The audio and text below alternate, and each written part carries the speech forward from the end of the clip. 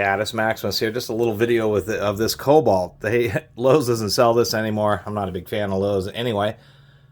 But they used to have, you know, throughout the years, they've actually had some decent tools. I'll admit that. But nowadays, they all suck. It's all, you know, terrible modern craftsman stuff. This is a gearless clutch type ratchet. And what sets this one apart is the fact that it is reversible, even though it has one of the stiffest reverse levers I've ever encountered. I mean, it's really stiff. Puts an old New Britain to shame. I mean, especially trying to go back in the reverse, you're like prying on it. So it has a very, very stiff detent, I guess, to really make sure that the sprag clutch is engaged properly. It is indeed all metal.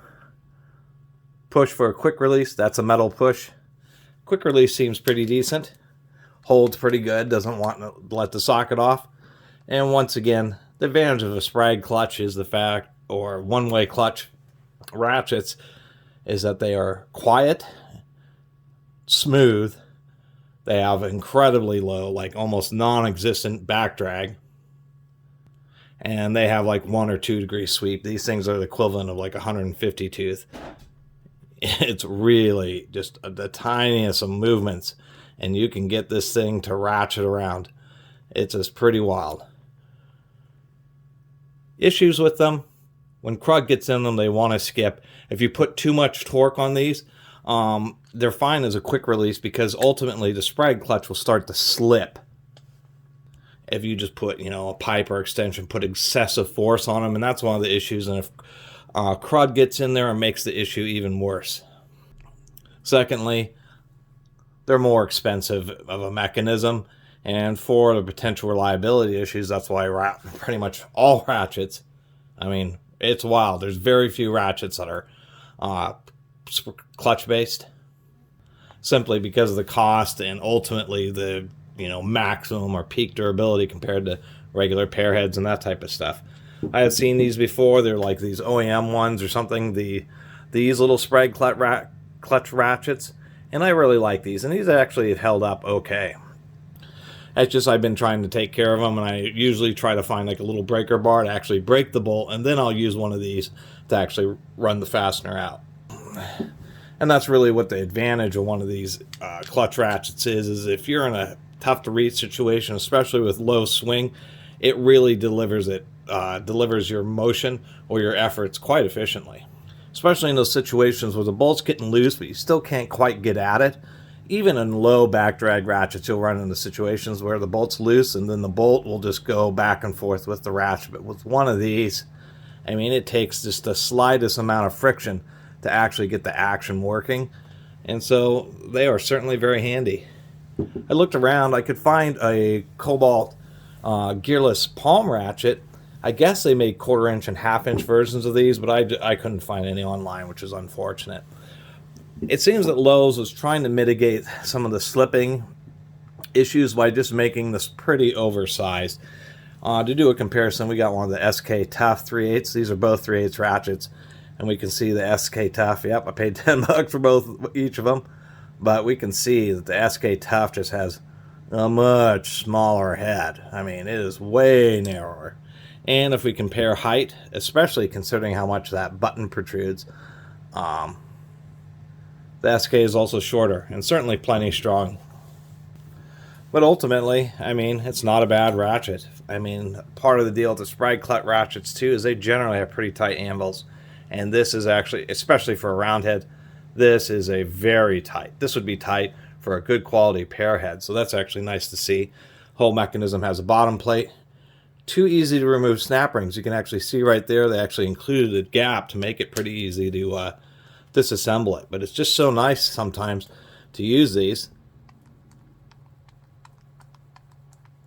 when it's just a light amount of sound. Now they can be a little bit frustrating sometimes because you're kind of working them, and the thing about a ratchet mechanism clicking along is you know you're making progress, and it's actually surprising to have that kind of feedback, because with something like this, especially in a situation where you can't see the ratchet, when you're running it, you're just kind of wiggling a handle back and forth, and you're kind of get this feeling, am I really doing anything until the bowl all of a sudden comes loose?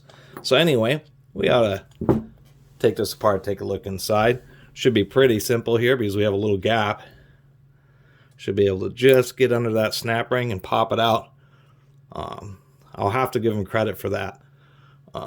This is exactly how you should be able to take apart a ratchet. Snap ring, something that's very reliable. No screw threads or anything to mess with. And there we are. So I'm trying to figure out exactly how this reverse mechanism works. I'll go Scott blue rag there. Here's our sprag clutch. And so the inside of the ratchet's actually just smooth, kind of like a bearing surface. We can actually see that it is ground. Very smooth.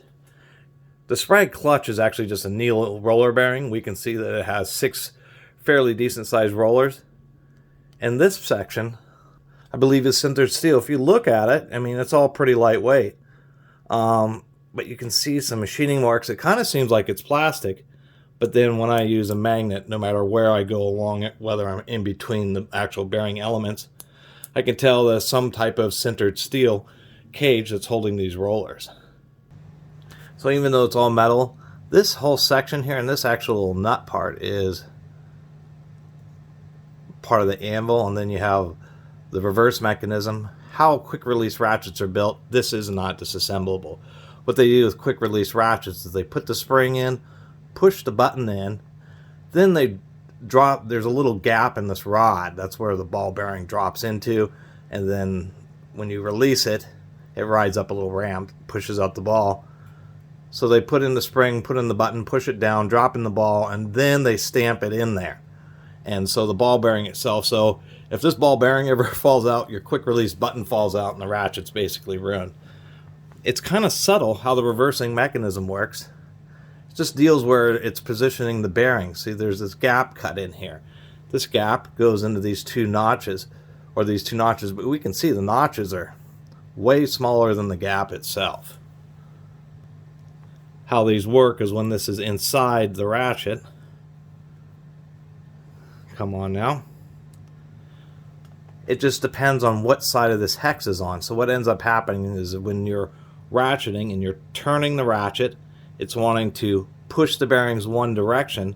And what we can see here, you can see on that one, see how that bearing gets pushed out?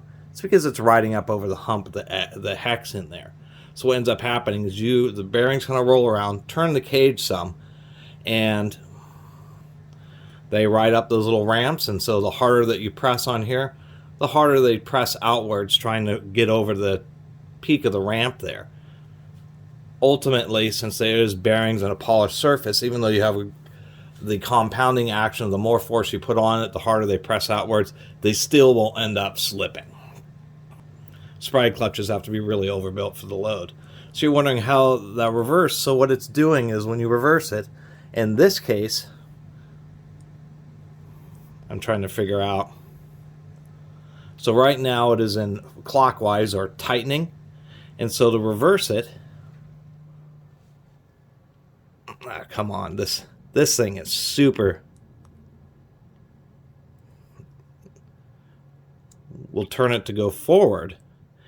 And now what's happened is we can see that the bearings are now on the back side of the ramp. So this is wherever I'm at. This is forward. So I was backwards. So this is tightened. And then I know I had it right. So that was loosened. So this is tightened.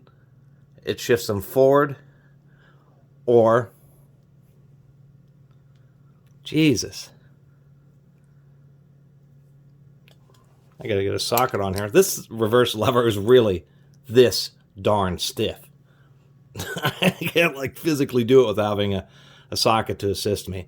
So anyway, that's all this reverse lever is doing, is it's just shifting this bearing cage a little bit to make it ride up either the front side of the ramp or the back side of the ramp. And that's the whole mechanism. Too bad it took me so long to explain it. But at least people will understand. There's obviously a few more videos on eBay about eBay. I hate eBay is a nightmare. A few more videos on YouTube about Actually, this ratchet in particular, and sprag clutch ratchets, this one is pretty decent. Definitely won't sell it reverse. It's a really #1 stiffest reverse lever I've ever encountered. But it is a neat design. Too bad Lowe's doesn't sell them anymore, and too bad it seems to be kind of difficult to find any other size. There are actually quite a few 3/8 available online, but no 1/4 inch or 1/2 inch. Anyway, I really appreciate everybody who's been watching and subscribing. If you haven't subscribed, please do. Till next time, Catus Maximus out.